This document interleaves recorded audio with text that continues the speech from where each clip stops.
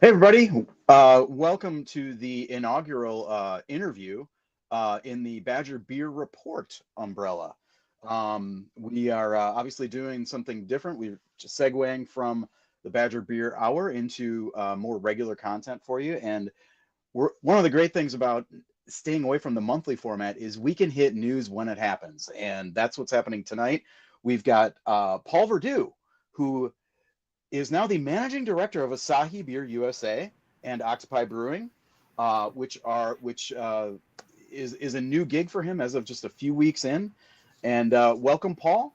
We're going to talk about all that stuff. But welcome. Thanks for joining us. Thank you, Chris. It's great to be here. I'm excited to talk about what's going on. Yeah. All right. So the first thing that's going on is last time you were with us, you were coming from a different building. Tell us about the change. Formerly president of Wisconsin Brewing, was that right? Yeah, that's right. So Okay. I just it just dawned on me the other day that this January is my 20th year in the beer business, Okay. and mostly running divisions or brands or whatever within large beer companies. And so I took a almost 3-year hiatus from that, from 22 till basically through the end of 24.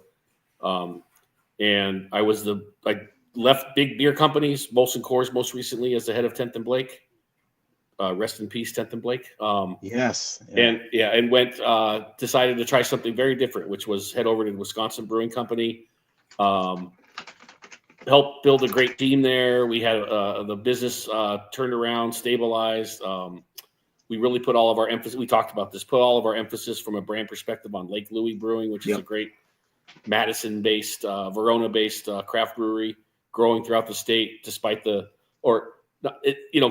of flattish to growing a little bit, but in a downtrend, so doing pretty well. And then last year we launched Harley Davidson Road King non-alcoholic beer over there, and then became a really successful co-packer for a lot of beverages across segments, and more than doubled the business in 23, another 30-40% last year in 24.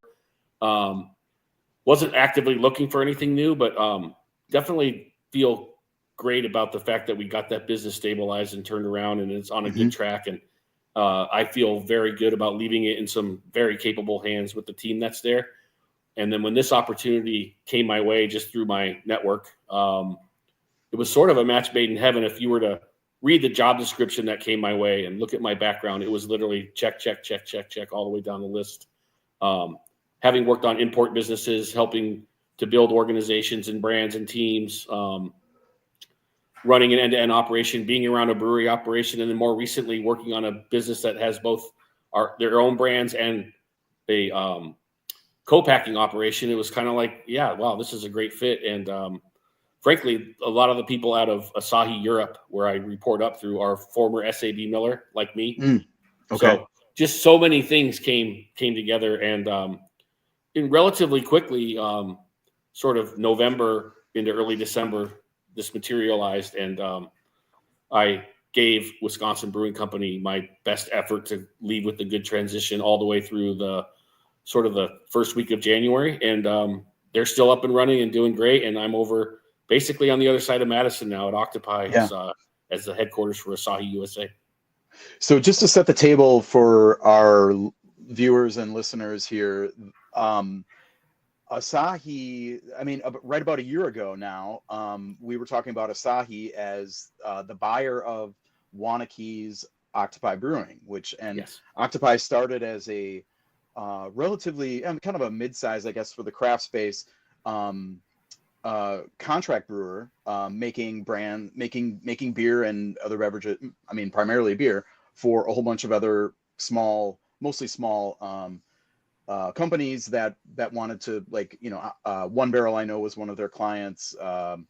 Various clients in and out of breweries that don't have their own facility making their beer there, and there has been crazy growth of Octopi since that. I believe that was 2015, 16. Yeah. Or no, 13. A little bit further back. Yeah, it's been about 10 years, I think so. Yeah. Yeah. So and Isaac Shawaki, who the primary founder of Octopi, built it into a really big co-packing business, which is basically kind of expanding outside of beer to be pretty much any beverage that you need made or packaged or they can do it. We've seen a lot of NA beers coming out of there. We've seen kind of Untitled Art almost as the showcase for this facility's capabilities with adjuncts and all kinds of other stuff going into beer. We've seen THC beverages, we've seen juices, we've seen energy drinks, we've seen a lot of this stuff. And speaking to your experience, a lot of this you have been doing a lot of this at Wisconsin Brewing over the last couple of years as well. So that's kind of the bigger context. One of the big questions I have right now as far as where Octopi and Asahi stand is like these two things kind of existing. I don't know. Last time I talked to Isaac about a year ago, it felt like it was kind of an uneasy alignment, or I don't know. It felt like there were kind of two things, and they weren't really sure how the things would be fitting together. What is kind of the relationship between Octopi and Asahi right now? I guess maybe a little bit of context about Asahi too.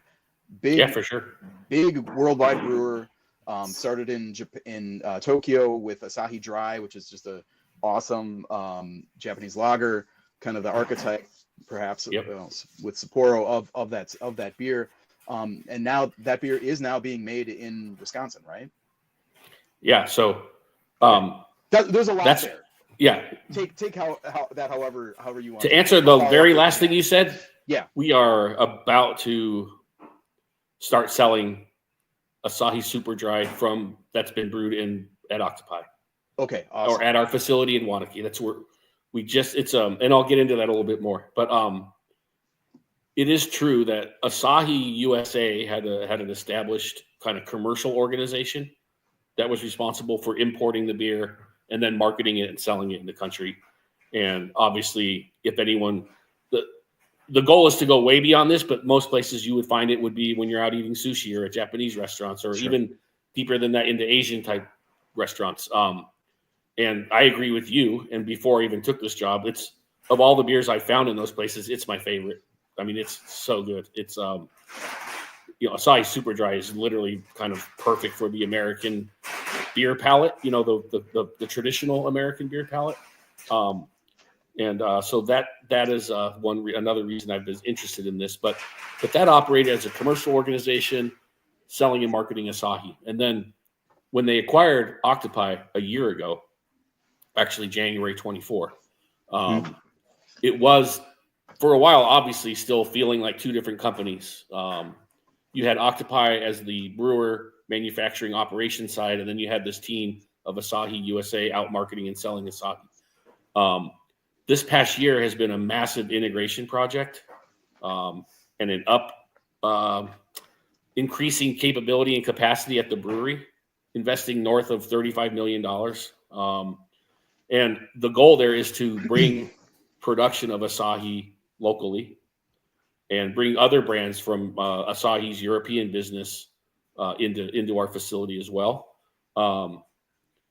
Without getting into details because of tariffs and this, that, and the other, but we would also be making beer for Canada at some point when the dust settles. And so to be able to let's just talk about Asahi Super Dry. To be able to make Asahi Super Dry, there are no compromises. There's no other way to make it. And so the team has brought in new equipment, new filtration, all kinds of new equipment to be able to qualify as a approved Asahi Super Dry brewery to the exact same standards as being brewed in Japan. Yeah. And so the team has been hard at work just doing that. And I'm happy to say that the last trial that we did and we packaged has been approved by Japan. It blew away their standards. And we're going to start marketing and selling Asahi made locally as of March 1st in the United States. And we're going to roll that out package by package, like not all packages at once. And then once we do that, we'll be in a steady state of supply with Asahi Super Dry. just to reassure anyone who's a fan of that brand, like I said, it is the exact same thing we're getting from Japan. However, now it's fresher, and now it's going to be the best Asahi anyone's ever had, which is fantastic. So along that journey, there have been moves to create one unified U.S. organization. But if I were to, even if you look at the announcement about my role today, and on my short list of priorities is to create one Asahi USA, so that Octopi will be our manufacturing division, and it's part of Asahi USA though, and we'll still have a sales and marketing team out marketing and selling our brands.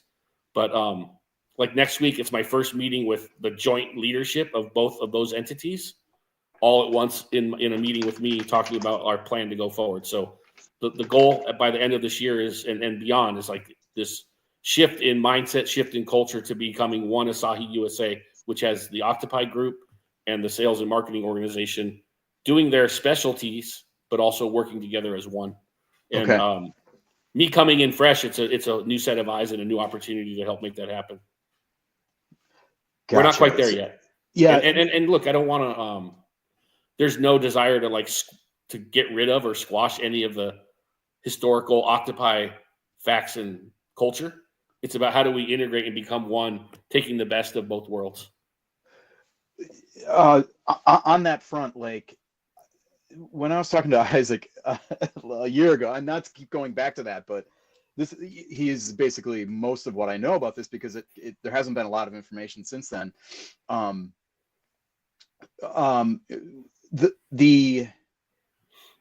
It's one of the uneasy kind of elements that I felt out of that interview, and kind of just thinking, analytically about this whole thing, is the contract brewing and the contract work, the co-packing, all that stuff.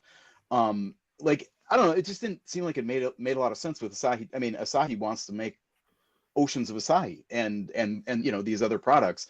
How is that integration looking going forward? I mean, are we expecting to see like these contracts kind of run out and be replaced with new work, or is contract brewing going to be and co-packing going to be an ongoing business for Asahi USA?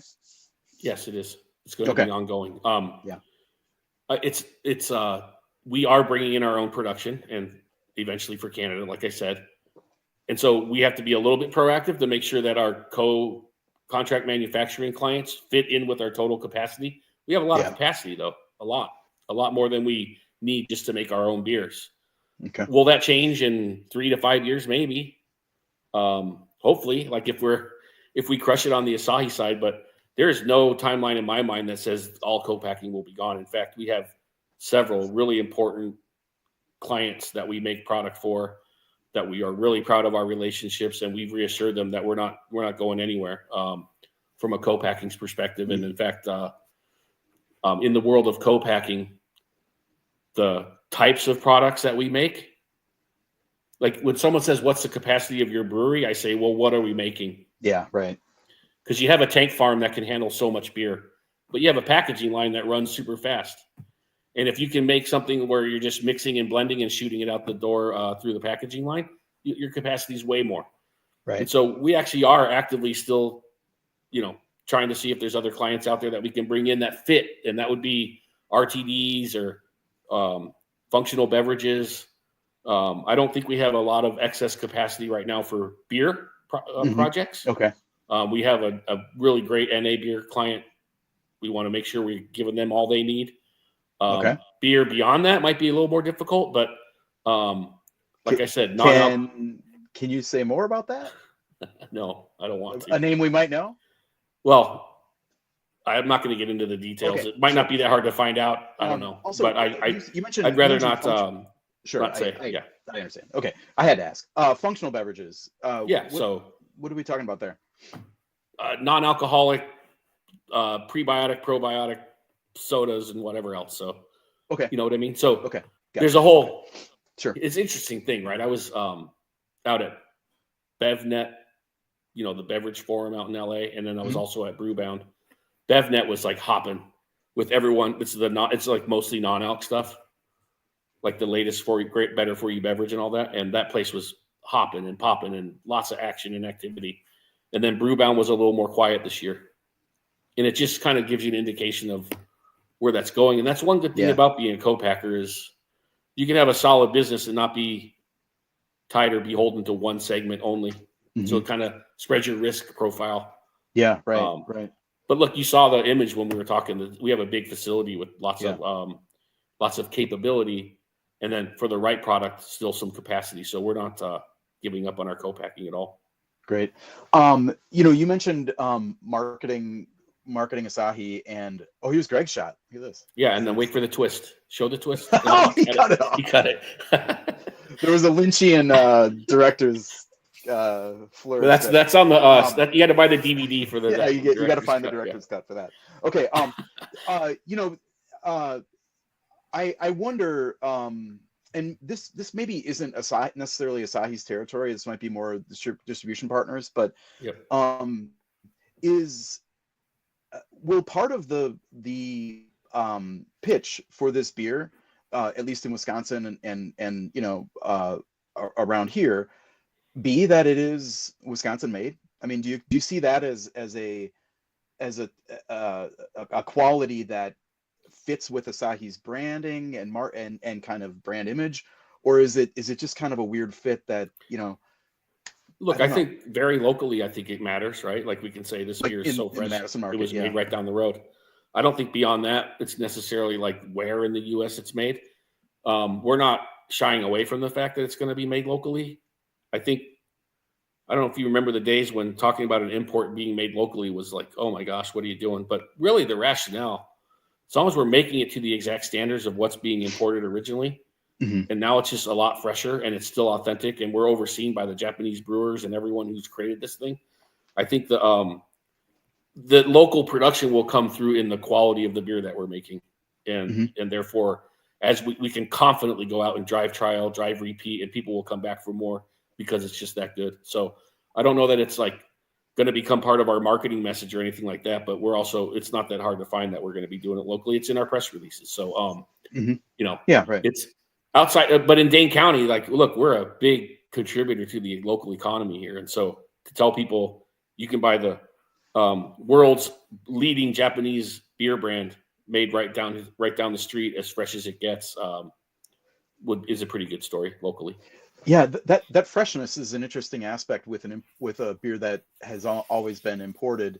Do you have any idea like how, like the difference in like say age between like the I don't know the average age when a shipped 6-pack or 4-pack or whatever of Asahi hits a shelf at I don't know, Riley's or whatever, versus what it would be March 1st when the local product starts moving?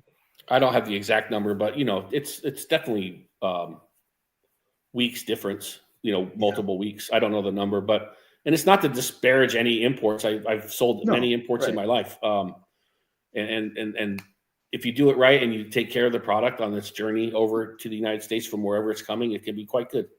I do wonder. It will be cutting weeks out of the supply chain for sure. Yeah, I wonder if because I think about this with like Corona or something. Like the profile of that beer, the American beer drinkers like memory of that beer is of a somewhat old beer. Like I mean, not weeks is not necessarily a deal breaker, but it might sit on the shelf or at the distributor for a few more weeks, and then also very true. Like if you're an American that's drinking relatively slow moving import brand, or that's not Corona, trust me, I'm talking about others. Yeah, and you've gotten used to that taste profile, you might actually be falling in love with a beer that's not the most perfect beer. I mean, so I don't know. I'm excited when all of a sudden it's super fresh. It might be like, wow, is that the same thing? So right, I'm excited to try this. I'm definitely gonna have to pick some up and drink it, and then save a couple for the comparison of the side by side after the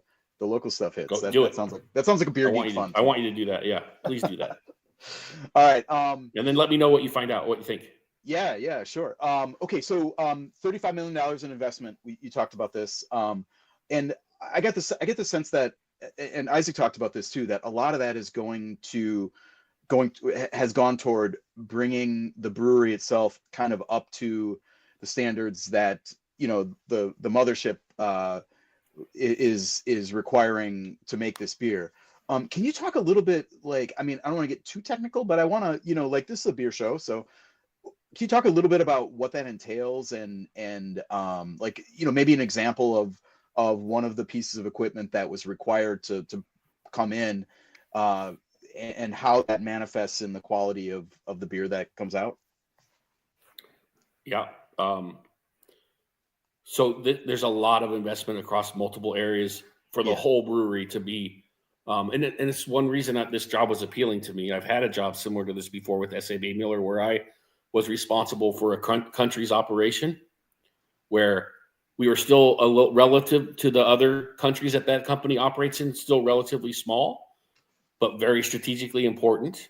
And therefore we have the technical resources, financial resources, and the backing of a global beer giant, which Asahi has been for years. But when Asahi Miller got bought out by AB InBev, Asahi swooped into Europe and bought all those brands.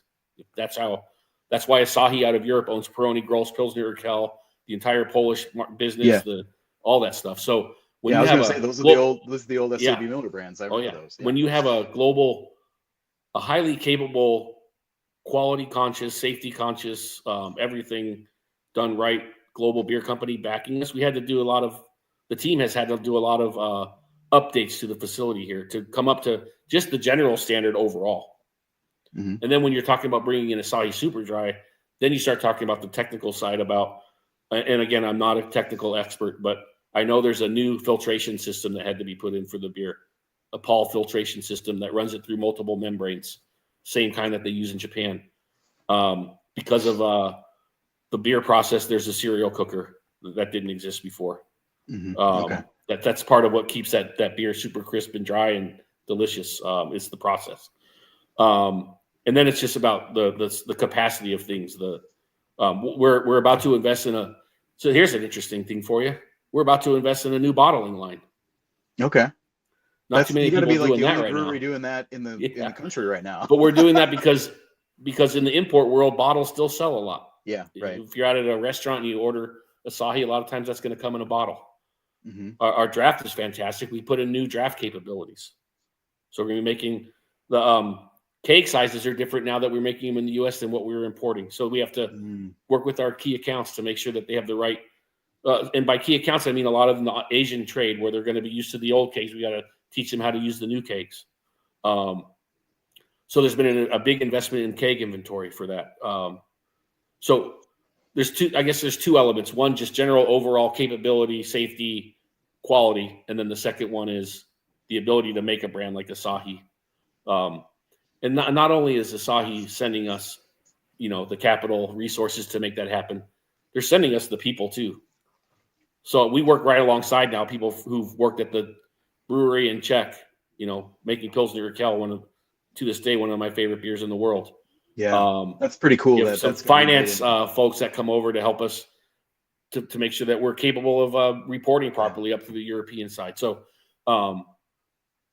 this in terms of the people they've provided us, the capital resources, the expertise, the technical knowledge, it's been a year of a lot more change. And Octopi before we got here went through a lot of change.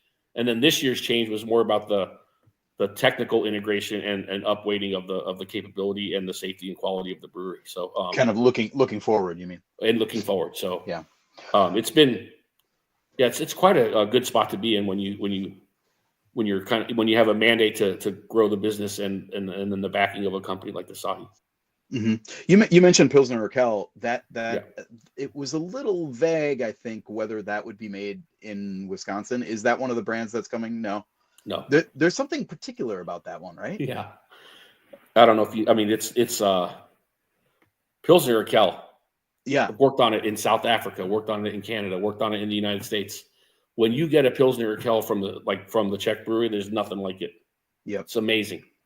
And it's actually just very difficult to get that brand to become a powerhouse imported in the country.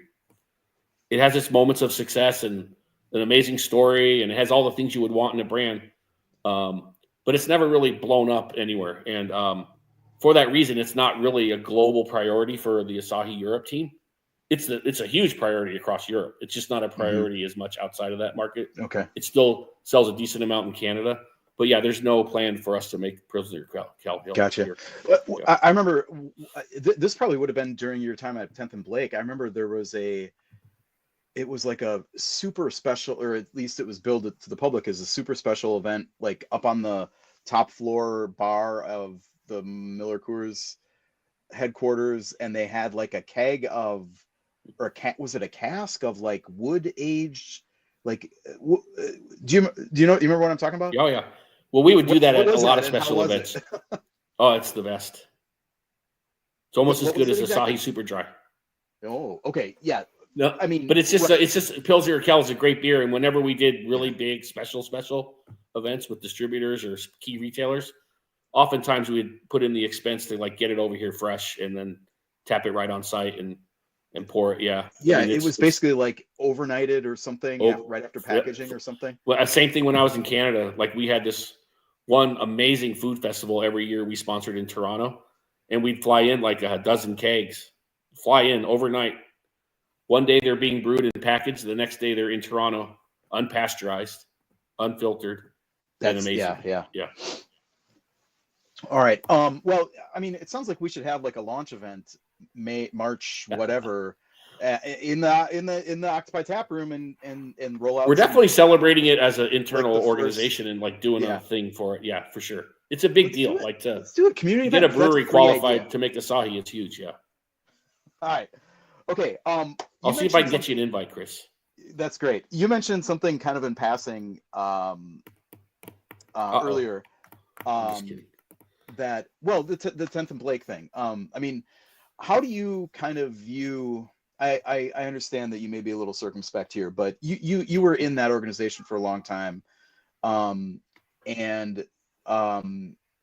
there's been a lot of turmoil over in the former craft element of Molson Coors, as it's known these days, selling off a bunch of breweries at what seemed to be fire sale prices last year, closing Leinenkugel's in Chippewa Falls, and now this bid by the family to try to purchase that facility, if not the brand, is kind of the subtext that I'm reading.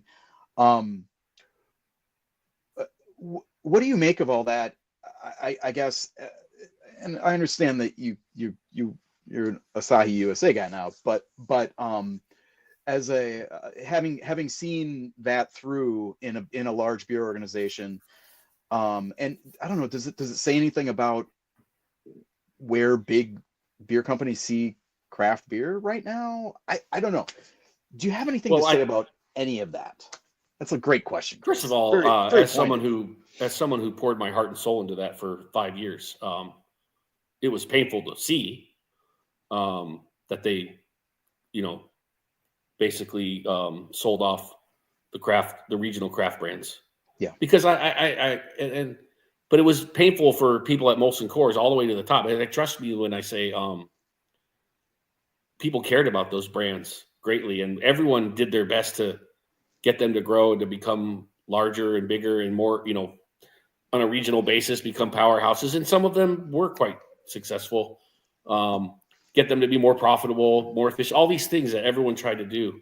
So for those of us who spent nothing but our time and energy on all that, that's why we did, like maybe a little more painful, but everybody felt it. There's a lot of, one of the things I always prided myself on is finding the people within the bigger organization who love those brands. And there's a lot of them. And so it was painful for a lot of people. And I got to obviously work closely with the teams who work on those businesses directly. And it's good that they, that the brands landed in a good spot. I don't think everyone survived the transition, but, things happen. It all comes down to like what Molson Coors' priorities are. And clearly at the highest level, they were not prioritized as much anymore. And there was other opportunities they wanted to bet on. And you've seen like the Fever Tree deal and some other things that Molson Coors might have up their sleeves. I don't know. But Cruz Blanco is an interesting one. Mm-hmm. Well, I mean, whatever their priorities are, like their strategy and their money and their time and investment needs to go to whatever their strategic priorities are. And I'm not there anymore, so I don't know specifically how all that works. But I don't really.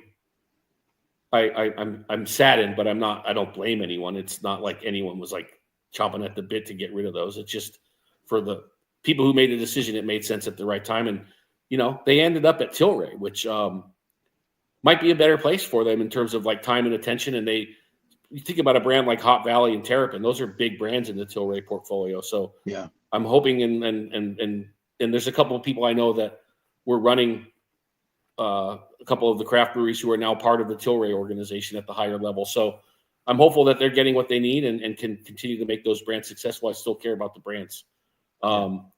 The Leinenkugel thing, it's similar story. It's like, I see both sides. Molson Coors made a decision.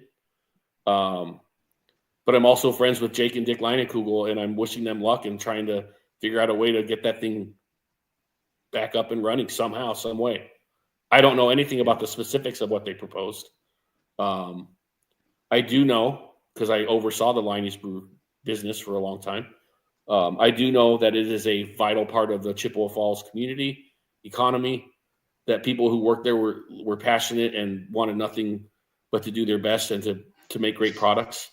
And so it's really, really, really, that one in particular is extremely painful, given the long history and tradition of making beer up there at Chippewa Falls. So that one is particularly difficult to process. But I also don't, again, it's not like I'm blaming anyone for making a decision. It's just, it's just hard to, I just know a lot of people who've been impacted, and it's difficult. Yeah. And I wish, like I said, I hope Dick and Jake figure out a way to get something going there. It'd be great. Yeah, that'd be pretty cool. Well, thanks for sharing your thoughts on that. I know it's a sensitive topic, and so March. What does the rollout look like? I mean, is it how do you kind of turn the dial and start cranking out Super Dry in Wisconsin? Like what has you mentioned like a batch has already been approved. Does that mean it's going to go and hit retail at around March 1st, or yeah, we're releasing the first beer that we produced and packaged. It's actually, to tell you a step further, it's all in 24-ounce cans. 24-ounce cans. So Asahi had a large can size for years, and then it kind of left the market due to the ability to get it from where we were importing. 24s are back, baby. That's not a problem anymore. So we are. So okay. So we have high hopes for it, and a lot of people who used to sell the larger Asahi cans are excited to get it back. Okay. And so that's the first package we put together. So those are what we're shipping on March 1st, and then everything else will flow after that. One of the things I love about seasonal beers is like it's it when it shows up, and this will be the case with this fresh Asahi. When you see a 24-ounce can of Asahi in March or February or whenever, you will know that it's the Wisconsin-made fresh, right? That's a fact. All right, there we go. News you can use right there. News you can use, yeah. Paul, I think that pretty much covers it. We got 34 minutes of interview in here. Much appreciated on that on a Thursday night as it is here. My dog's asking she might have to go out or something. That's okay. Paul, thanks so much for joining us on Badger Beer Report, and we'll talk to you again soon, I think. All right, Chris, I'm glad I could be here, and come on out anytime. See us right there in Wanakee at Octopi. It's on my list. All right. Thanks, buddy. Thanks, everybody, for watching. Take care.